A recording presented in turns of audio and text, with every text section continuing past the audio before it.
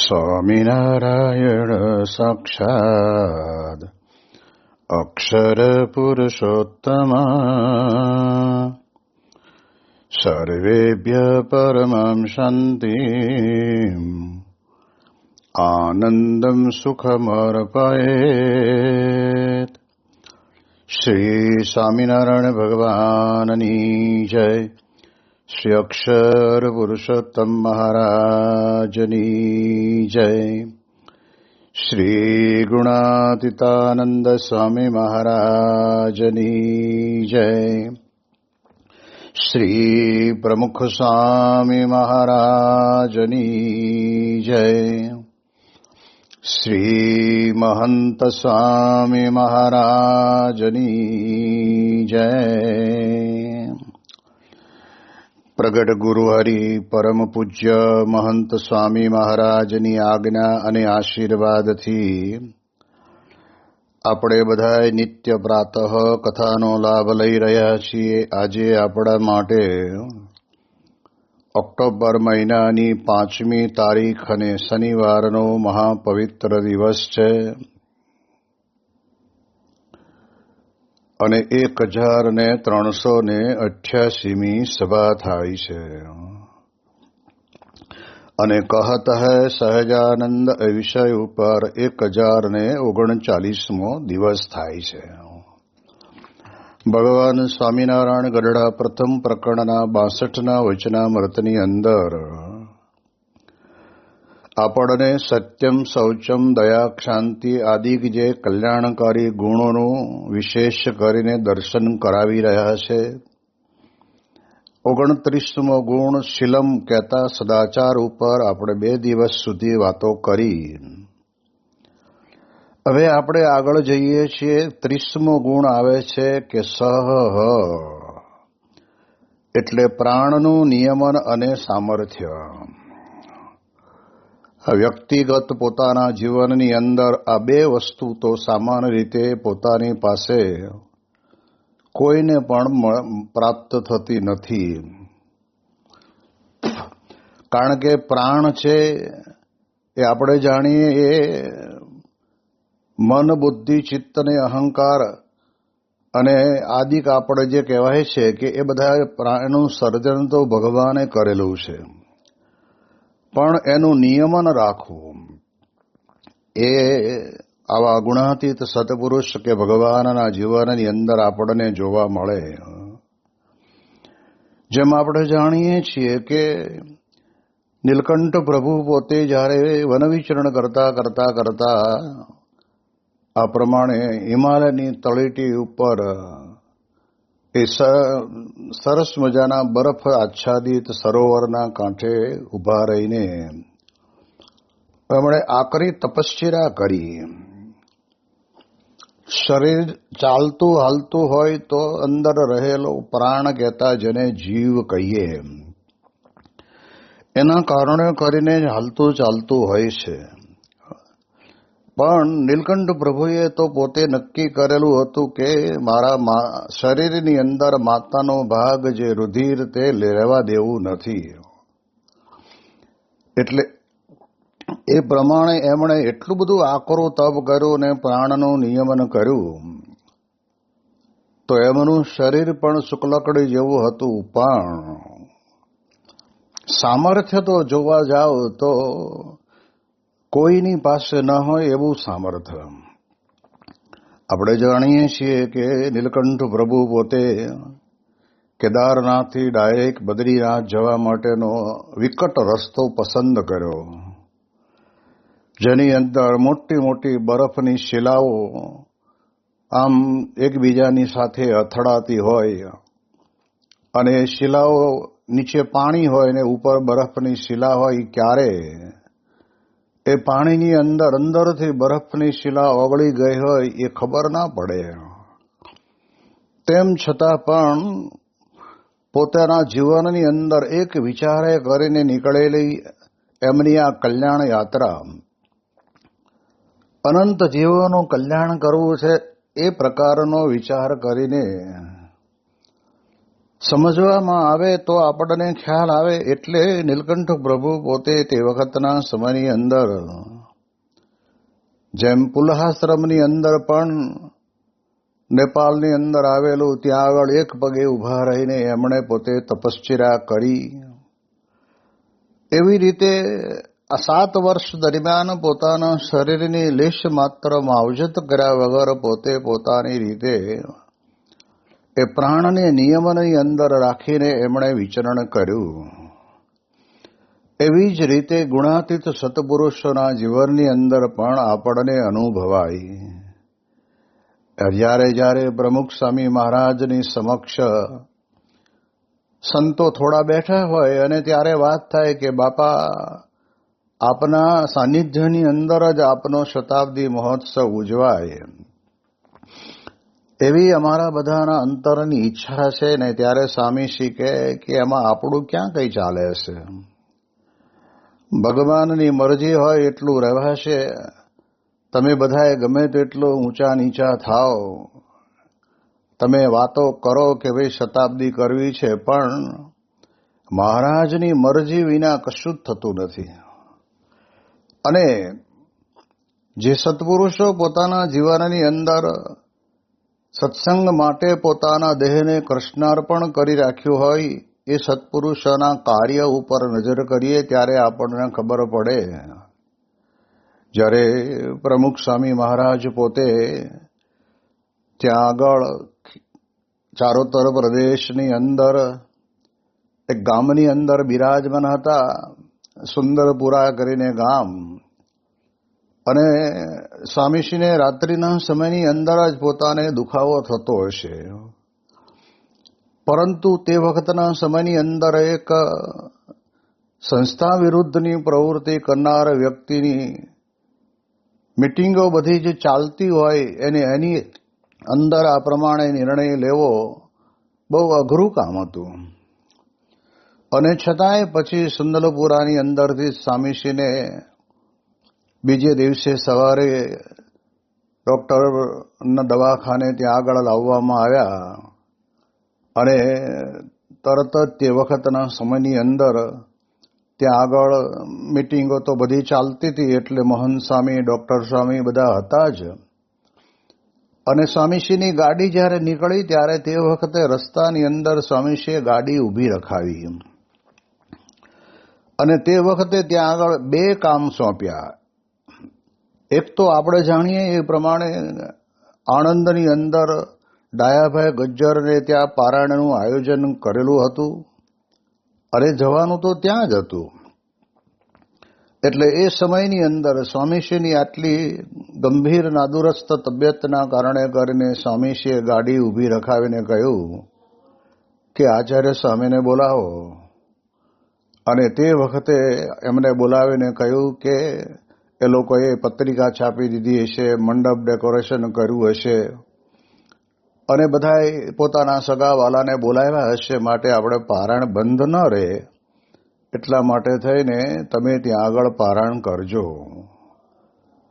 હવે જ્યારે હૃદય રોગનો હુમલો આવ્યો હોય ત્યારે ગમે તે વ્યક્તિ હોય ને તો પણ એને પોતાના અંતરની અંદર બહુ જ દુઃખની વેદના તો થતી જ હોય, પણ એમ મનમાં વિચાર કરે કે ઓહો આવડી મોટી સંસ્થા અને મારા પછી શું થશે, કોઈ વિચાર નહીં. કારણ કે એ પોતે જાણે છે કે જે કંઈ થઈ રહ્યું છે એ ભગવાન પોતે કરે છે, આપણે તો વચમાં નિમિત્ત માત્ર છીએ. અને આ દ્રષ્ટિએ એક વાત એ પણ કરી, અને સાથે મહંત સ્વામી પણ જોડે જ હતા. એટલે જેવા દવાખાનામાં દાખલ થયા અને તરત જ સ્વામીશ્રીએ પોતે ત્યાં આગળ યાદ કરાયું કે આપણી જોડે મહંત સ્વામી છે, એટલે એમના માટે મગ બનાવવાનું ભૂલાય નહીં, અને એ મીઠે મોળે કરીને મગ જમે છે એવું પ્રકારનું આપણે ગોઠવી દેવું. જ્યારે હૃદય રોગના હુમલાના દુઃખે કરીને પથારી વશ થયેલા સ્વામીશ્રી પણ પોતાના જીવનની અંદર કેટલી આ પ્રમાણે સંતો ભક્તોની બરાબર એ ધ્યાન અને ખેવના રાખે છે. એ સમય દરમિયાનની અંદર જુદા જુદા મંદિરોમાંથી સ્વામીશ્રીને તો રૂબરૂ મુલાકાત ન થઈ શકે, પણ જે કક્ષની અંદર સ્વામીશ્રીને રાખવામાં આવેલા એની અંદર એક નાની એવી કાચની બારી હતી, એમાંથી દૂરથી દર્શન થઈ જાય. ઘણા બધા ડોક્ટરો પણ મુંબઈથી આવે તો તાત્કાલિક આવ્યા હોય એટલે સ્વાભાવિક રીતે ટ્રેનનું રિઝર્વેશન તો થયું જ ન હોય. અને ત્યારે તે વખતના સમયની અંદર મુંબઈથી 2 ડોક્ટરો આવેલા અને બંને જણા માટે સ્વામીશ્રી પોતે પથારી વશ છે. અને તે વખતના સમયની અંદર ડોક્ટરો આખો દિવસ રોકાયા, પછી સાંજની ટ્રેનમાં જવાના હતા. એટલે સ્વામીએ પૂછ્યું કે તમે જવા માટે શું કરશો? સ્વામી એ તો થઈ રહેશે, ગમે ત્યાં ટ્રેનની અંદર બેસી જશું, છેવટે કાંઈ નહીં હોય તો જનરલ ડબ્બામાં પણ જતા રહીશું. અને ત્યારે સ્વામી બાપાએ સેવકને કહ્યું કે આપો એમને આ 2ની ટિકિટ. વડોદરાથી મુંબઈની કન્ફર્મ ટિકિટ સ્વામીશ્રીએ એ પથારીના બીમારીના સમયે એમણે પોતે કરાવી. ત્યારે આપણને ખ્યાલ આવે કે એમણે પોતે પોતાના જીવનની અંદર પ્રાણનું નિયમન કેટલું બધું કર્યું કહેવાય. એનાથી આગળ આપણે જોઈએ તો એ જ સમયની અંદર બુચાસણની અંદર રહેતા એક શાસ્ત્રીજી મહારાજના વખતના એક સંત, જેમનું નામ ગોપીનાથ સ્વામી હતું. આમ સામાન્ય રીતે શાસ્ત્રીજી મહારાજના મંદિર નિર્માણના કાર્યની અંદર 3.5 વજ્રની જે વાત થતી એમાં અડધા વજ્રની અંદર ગોપીનાથ સ્વામીનું નામ સામેલ થાય. એટલે એ પોતે ઉંમર થઈ ગયેલી અને છેલ્લે એમને તો પોતાને પ્રમુખ સ્વામી મહારાજને વિશે પણ સદભાવના જાગેલી. કારણ કે બધા એક સમાન એક સાથે રહેતા હોય એટલે મનની અંદર ઘણી વખત ઘણા બધા વિચારો આવતા હોય. અને એ ધામમાં ગયા ને ત્યારે સ્વામીશ્રી એકદમ ત્યાં આગળ ભાવમાં આવીને પથારીમાં સૂતા સ્વામી બોલ્યા કે ગોપીનાથ સ્વામીએ સેવા સારી કરી. શાસ્ત્રીજી મહારાજના વખતની અંદર કારખાનામાં મહેનત કરવાનું કામ એ એમણે બહુ કર્યું. અને આ પ્રમાણે કહેવાય છે કે આપણા બોચાસણવાસી અક્ષર પુરુષોત્તમ સંસ્થાના મંદિર નિર્માણની અંદર પથ્થરો વેરવાથી માંડી અને ઘણી બધી પ્રકારની સેવાઓ કરેલી. એટલે એમની સેવાને પ્રમુખ સ્વામી મહારાજ યાદ કરે છે, પણ પૂર્વના સમયની અંદર એમનાથી થતી ભૂલો, એ ભૂલોને સ્વામીશ્રી લેશ માત્ર યાદ નથી કરતા. આ ખરેખર આપણે વિચાર કરીએ ને તો આપણને ખ્યાલ આવે એ તો બરાબર છે, પણ તે વખતના સમયની અંદર બોચાસણમાં જે કોઈ કોઠારી સંત તરીકે મૂક્યા હશે એમને પણ સ્વામીશ્રીએ સમાચાર આપીને કહેવરાયું કે એમનો આ પ્રમાણે સ્નાનાદિક વિધિ કરાવી, કંઠી જનોઈ નવી પહેરાવી, નવા વસ્ત્રો પહેરાવી. અને તે વખતે એમને આ પ્રમાણે જ્યાં આગળ આપણે બધા વડીલ સંતોના જ્યાં ઓટા કરેલા છે એ જગ્યા ઉપર એમનો અગ્નિ સંસ્કાર કરવો, ચંદનનું સુખડનું લાકડું પણ હોય તો અંદર ભેગું મૂકવું. આ પ્રમાણે બધી જ પ્રકારની આ જેને કહેવાય ને કે વાત કરીને કોઠારીને પણ સજાગ કરેલા. હવે જ્યારે ડોક્ટરોએ પોતાને બોલવાની જ ના પાડી છે એવા સમયની અંદર પોતાના પલંગ ઉપર સૂતા હોય ત્યારે પલંગ ઉપર પણ પડખું ફરવું હોય તો પણ બહુ જ ધીરે રહીને ફરવાનું હોય. કારણ કે હૃદય રોગનો હુમલો આવ્યા પછી એક એવી મેડિકલ સાયન્સની પદ્ધતિ છે કે દર્દી હલનચલન કરે ને તો એટલું વધારે ત્યાં આગળ એના હૃદયને તકલીફ પડતી હોય છે, એટલે હલવાનું નહીં. બીજી વાત એ પણ કરવાની કે કોઈ પણ પ્રકારનો વિચાર પણ નહીં કરવાનો. હવે આ તો કેટલું બધું અઘરું કહેવાય. ગમે તે દર્દી હોય ને તો દર્દીને પણ આવી પ્રકારની પરિસ્થિતિ આવીને ઊભી રહી હોય તો એને કહેવામાં આવે તો એને વિચાર તો બીજો તો કદાચ આવે. સંસાર વ્યવહારમાં હોય એટલે મારા ધંધાનું શું થશે, આટલી રકમ અહીંયા આગળ લેવાની છે એનું શું થશે, કોઈક જગ્યાએ આપણે દેવાના છે, એનું શું થશે, આ બધા વિચારો તો આવવાના જ, કારણ કે માંદગીનું બિછાનું જ એવું છે. જ્યારે પ્રમુખ સ્વામી મહારાજ પોતે તે વખતના સમયની અંદર આ બધો જ વહીવટ કરતા હતા, તો પણ સ્વામીશ્રીના અંતરની અંદર એકમાત્ર ને માત્ર ભગવાનના વિચાર સિવાય બીજો કોઈ વિચાર નહોતો. એ ક્યારે બની શકે? તો આ પ્રકારે કહેવાય છે કે પ્રાણનું નિયમન પોતાના જીવનની અંદર હોય તો જ બની શકે, એ સિવાય શક્ય નથી. આપણે જાણીએ છીએ કે શરીરની શારીરિક પરિસ્થિતિની અંદર ઘણી વખત આપણે આપણા જીવનની અંદર એમાં એક યા બીજી રીતે એમાં આપણે લેવાઈ જઈએ, પણ આ ગુણાતીત સંતના જીવનની અંદર આ પ્રમાણે ક્યારેય કોઈ દિવસ પોતે એમાં લેવાયા નથી. એટલે એ દ્રષ્ટિથી પોતાના જીવનની અંદર પ્રાણનું નિયમન કરે અને સમર્થ, જે સામર્થ્ય રહ્યું છે એ સામર્થ્ય તો ભગવાન અને સંતનું આગવું લક્ષણ છે. એવા સમયની અંદર જે કંઈ કાર્ય થયા, જે કંઈ પ્રમાણે પ્રસંગો બન્યા, એ બધાની અંદરથી એમે એવી રીતે સામર્થ્યનો ઉપયોગ કર્યો કે જેના કારણે કરીને ઘણા લાંબા સમયથી સત્સંગની અંદર ખોટી વાતો વડે કરીને લોકોને ભરમાવાનું ચાલતું હતું, એ બધું જ બંધ થઈ ગયું. અને એક નિશાન રહ્યું, સત્પુરુષ એક જ હોય, સત્પુરુષ ક્યારેય બે હોય નહીં. એ પ્રકારનું અદ્ભુત કાર્ય પણ સ્વામીશ્રીએ પોતે જ જાણે આ બધા પ્રસંગોનો ઉભા કર્યા હોય એવું આપણને અનુભવાય. એટલે એ દ્રષ્ટિએ કરીને પણ એમના જીવનની અંદર આપણને આ વધારે સમજણમાં આવે છે. એટલે પ્રમુખ સ્વામી મહારાજના જીવનની અંદર આપણે જોયું છે કે જેને કહેવાય ને કે જીવન અને મરણના જેને અઘટિત પ્રશ્નોની અંદર જ્યારે ઝોલા કોઈ વ્યક્તિ ખાતું હોય ત્યારે તો એને એમ જ થાય કે બસ હવે જેમ થાય તેમ જલ્દી આપણે આનામાંથી નિકાલ થઈ જવો જોઈએ. અને જ્યારે બાયપાસ સર્જરી કરવાની થઈ ત્યારે પ્રમુખ સ્વામી મહારાજે સ્ટ્રેચર આવીને ઊભું રહ્યું ત્યારે કહ્યું કે હમણાં તો નહીં, 3:30 વાગ્યા પછી અમારા ઈષ્ટદેવ ભગવાન સ્વામિનારાયણને ફળ ફળાદી જમાડી અને પછી એમના દર્શન કરીને અમારી સાથે ઓપરેશન થિયેટરમાં લઈ આવશું, પછી ઓપરેશન કરશું. કેવો કપરો સંજોગ હતો. ત્યારે ડોક્ટરે પોતે કીધું કે આ જ જગ્યાએ જો મારા પિતા હોય ને તો હું 1 મિનિટ પણ રાહ ન જોઉં. એવી વિપરીત પરિસ્થિતિ છે.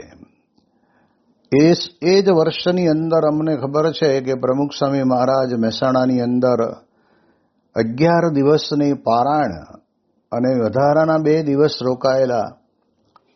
તે વખતે પણ સ્વામીશ્રીને થોડું થોડું તો પોતાની છાતીની અંદર અથવા તો શરીરની અંદર નબળાઈ જેવું લાગતું હતું ને દુખતું હોય એવું અનુભવાતું હતું, પણ સ્વામીશ્રી કશું જ બોલતા નહીં. એ બધું જ સહન કરી લેતા હતા. અહીંથી સ્વામીશ્રી પછી ત્યાં આગળ ફરતા ફરતા વિદ્યાનગરની અંદર સંત શિબિરની અંદર વધાર્યા. અને સંત શિબિરની અંદર પણ એ 4 કે 5 દિવસ સુધી જબરજસ્ત બધા સંતોને લાભ પણ આપ્યો.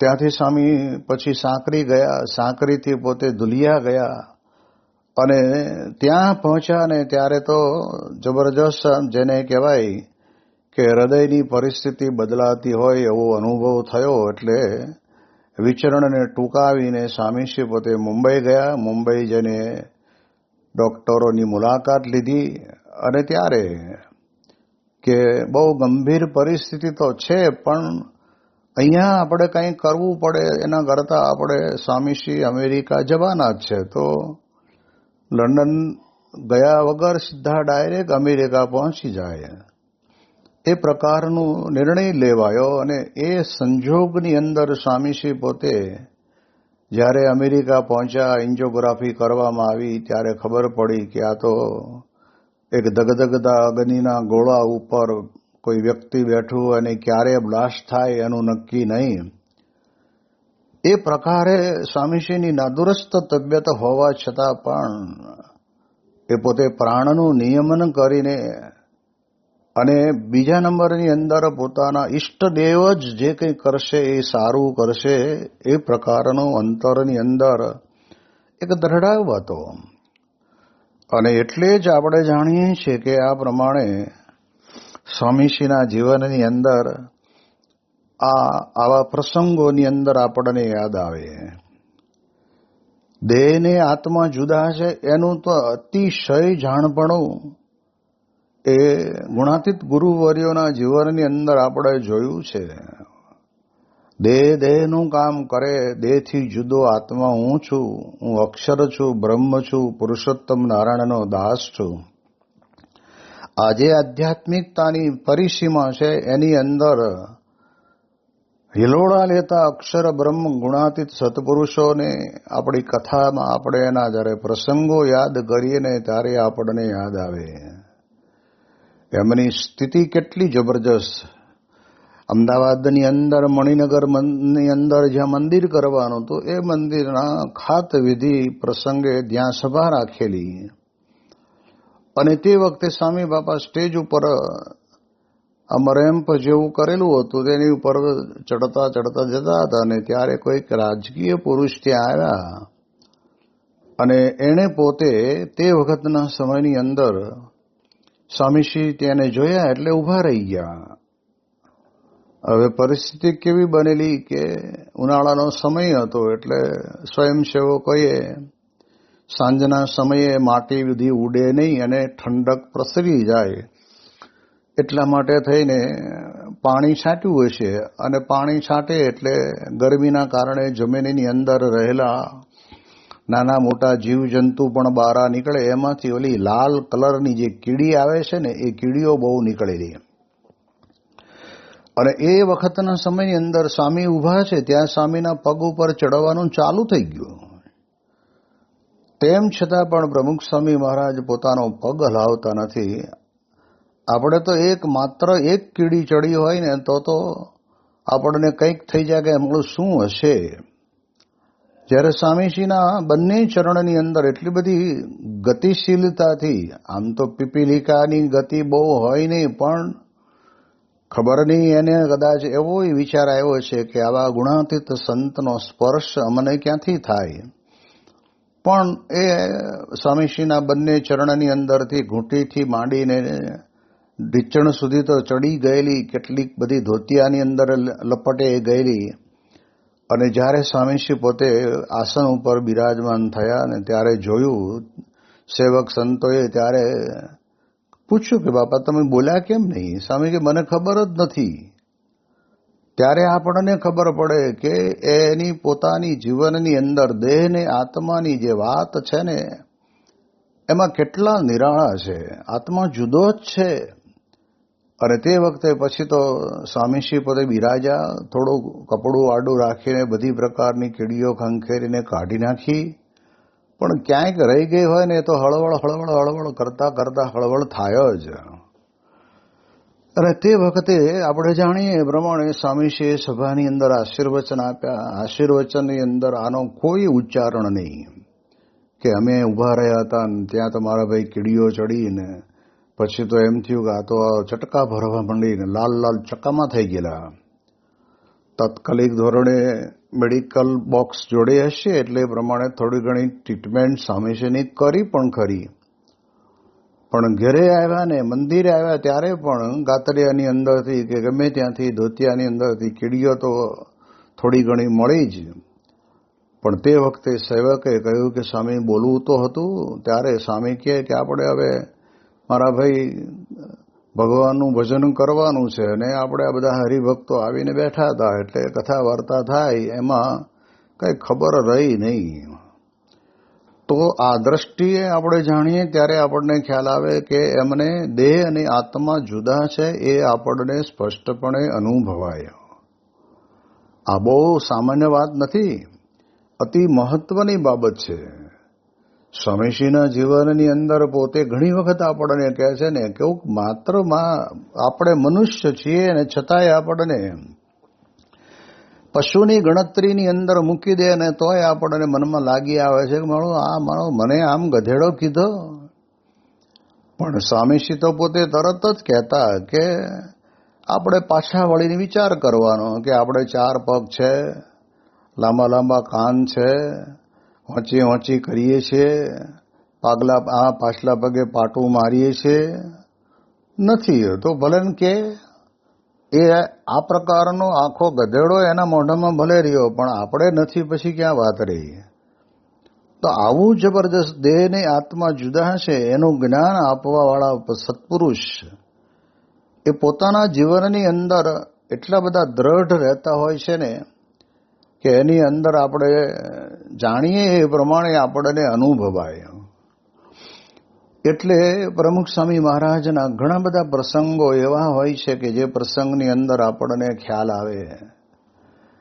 એટલે આવી રીતે પોતે જે પ્રાણને નિયમનની અંદર રાખી શકતા હોય અને સમર્થ હોય, જેને કહેવાય ને કે એમની પાસે એવું સામર્થ્ય હતું. કારણ કે અક્ષર બ્રહ્મની પાસે શું સામર્થ્ય છે તો ઉપનિષદો પોકારીને કહે છે એતદ્વા અક્ષર બ્રહ્મ એમ કરીને આપણને ગાર્ગીને વાત કરે છે કે સૂર્ય, ચંદ્ર, પૃથ્વી, તારા, નક્ષત્ર આ બધું જે કંઈ છે એ અક્ષર બ્રહ્મના તેજ વડે કરીને તેજાયમાન છે. હવે આટલી બધી સામર્થ્ય અક્ષર બ્રહ્મના જીવનની અંદર હોય તો પછી એ અક્ષર બ્રહ્મનું સામર્થ્ય કેટલું બધું કહેવાય. પણ ક્યારે પણ પોતાના એવા ઉત્તમ સામર્થ્યને ક્યારે એમણે પોતાના શરીરના રક્ષણ માટે કે પોતાના જીવનની અંદર આવેલા દુઃખની અંદર માંથી મુક્તિ મળી જાય એના માટે થઈને એમણે ક્યારેય એનો ઉપયોગ કર્યો નથી. અને એટલા જ માટે થઈને આપણે જાણીએ કે આપણને મહારાજ પોતે આ 30મો ગુણ કહે છે ને કે પ્રાણનું નિયમન કરવું. પ્રમુખ સ્વામી મહારાજે વર્ષો સુધી પોતાના જીવનની અંદર એમણે ડોક્ટરોની સલાહ પ્રમાણે સવાર અને સાંજ 2 ટાઈમ જબરજસ્ત સારી રીતે વોકિંગ કર્યું છે. અને વોકિંગ કર્યા પછી પણ પ્રાણાયામ કરવાના તો કરવાના જ. એમાં મુદ્રા કરવાની હોય કે પછી ઓમકાર પ્રાણાયામ કરવાનો હોય, એકદમ શાંત વાતાવરણની અંદર સ્વામીશ્રી પોતે આવડી મોટી સંસ્થાની પ્રવૃત્તિ સંભાળતા હોવા છતાં પણ એ સ્થિર અને ધીરપણે પ્રાણાયામનું જબરજસ્ત એમણે પોતે પોતાના જીવનકાળ દરમિયાનની અંદર એમણે પ્રાણાયામ કર્યા છે. એટલે એ દ્રષ્ટિથી આપણે વિચાર કરીએ તો પણ આપણને ખ્યાલ આવે. અને સ્વામીશ્રીના જીવનની અંદર ગમે તેવા દેહના દુઃખ આવ્યા હોય તો પણ એની અંદર કોઈ દિવસ એમણે એવું નથી વિચાર્યું કે હવે આ દુઃખ ક્યાં સુધી રહેશે. આવ્યું છે ભગવાનની ઈચ્છાથી આવ્યું છે અને જશે પણ ભગવાનની ઈચ્છાથી.